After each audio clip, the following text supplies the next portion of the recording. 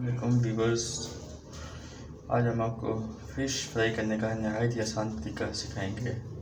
Fish को अच्छी तरह धो के एक बाउल में ले लें।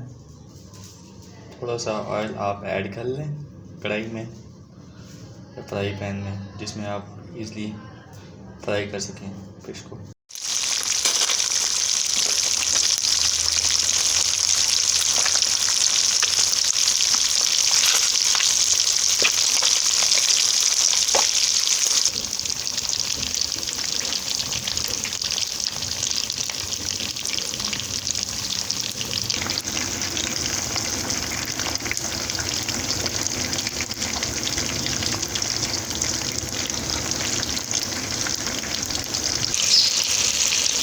देखिए, जब आपकी फिश ऐसे ब्राउन हो जाए, ये नज़र आ रही है, आगे दिखाते हैं।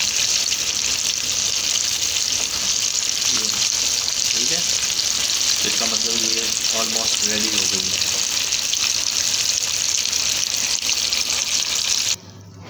ये देखें, गर्मा गर्म फिश तैयार है। ब्राउन कलर की क्रिस्पी हो जाए जब, तो ये खाने के लिए बिल्कुल रेडी होती है। इसको टेस्ट करें और अपने कमेंट्स में बताएं। Thank you.